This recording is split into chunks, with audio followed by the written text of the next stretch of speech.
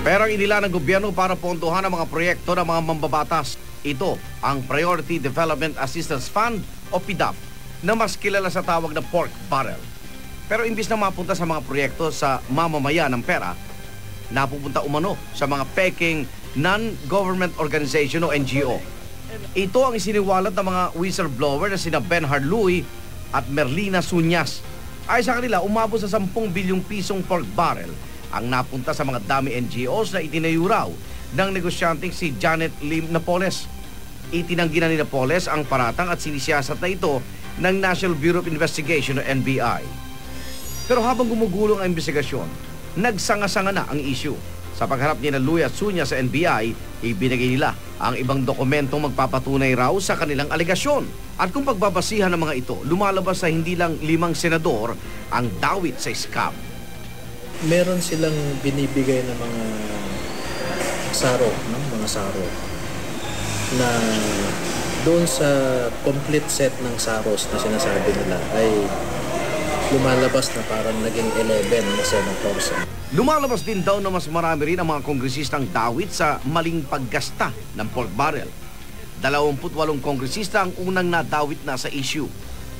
Sa panayam naman ng isang dyaryo kay Abacada Party List Representative Jonathan De La Cruz, sinabi niyang 78 kongresista ang may kinalaman sa naturang anomalya. Kinuwestiyon siya ng kapwa niya mambabatas. I would be moving that an investigation conducted by the House to find out the action is true or made by our colleague, and I'm hoping that our colleague from Capiz would second my motion right now. I found the accusation in the newspaper to be grossly unethical and adding insult to the fire that burns the name of the members of this chamber.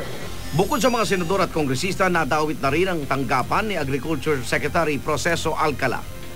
Noong taong 2011, nakakuha ng 89 na milyong piso ang NGO na kaugdanan para sa mga Mangunguma Incorporated o KPMI mula sa pork barrel ng ilang kongresista. Ay sa mga whistleblower, ang KPMI ay bahagi umano ng mga bogus NGO na itinayo ni Napoles. Pero sabi ni Alcala, kumpleto sa dokumento ang KPMI. Ito po ay naka-registered ba? Ito po ba ay may previous engagement? Ito po ba ay may financial capability? Siya po ba ay yun po yung may mga requirements po, may checklist po siya na at nakapag-comply siya. Nakapag-comply po. Gayunman, pinaimbestigahan na raw ni Alcala ang lahat ng transaksyon kaugnay ng pondo. Pero malinaw raw na mga kongresista ang pumipili ng NGO na bibigyan ng pondo. Ang DA lang daw ang nag-a-accredit ng mga NGO. So ang nangyayari po kasi ngayon, dahil in-identify nila yung foundation, walang choice ang DA. Walang choice ang DA po, kundi tanggapin na lamang yung mga liquidation documents na sinusumite ng foundation na ito. Sa gitna ng masalimuot na kontrobersyang ito sa paggamit ng pork barrel, may ilang nagsasabing panahon na para alisin ito. Isa na riyan si Senadora Miriam Defensor Santiago. Pagpasaraw sa batas at pagbabantay sa pagpapatupad ng mga batas ang siyang trabaho ng mga senador at kongresista at hindi ang magpagawa ng mga kalsada at iba pang infrastruktura. Mungkahi niya, dahan-dahanin ang pag-alis ng pork barrel. Sa ngayon, 200 million pesos kada taon ang pork barrel ng bawat senador. Panukala ni Santiago, gawin itong kalahati o 100 milyong piso sa taong 2014. 50 milyong piso naman sa taong 2015 hanggang tuluyan ng mawala sa taong 2016. Ang 70 milyong piso naman na PDAF ng bawat congressman, gawing 35 million sa 2014, 15 million sa 2015 hanggang tuluyan ng mawala sa 2016. Pabor sa panukala si Senate President Franklin Drilon at iba pang senador. From the very start, I said that ako isang ayon na alisin ang PDAF. And the proposal of Miriam appears to be feasible. I look at the details of the bill, no, but anything that will take out the graft but will ensure that projects still go to the countryside and every area in the country, I will support. Meron din mga kongresistang gusto mabuwag ang pork barrel kahit una na itong tinutulan ni Speaker Sonny Belmonte. Once and for all, itong lahat na pork barrel, maging sa legislatura man yan, o sa executive, kailangan tanggalin yan, no? Para yung wastage of our people's funds ay mahinto na at talagang maibigay sa mamamayan yung dapat para sa kanila.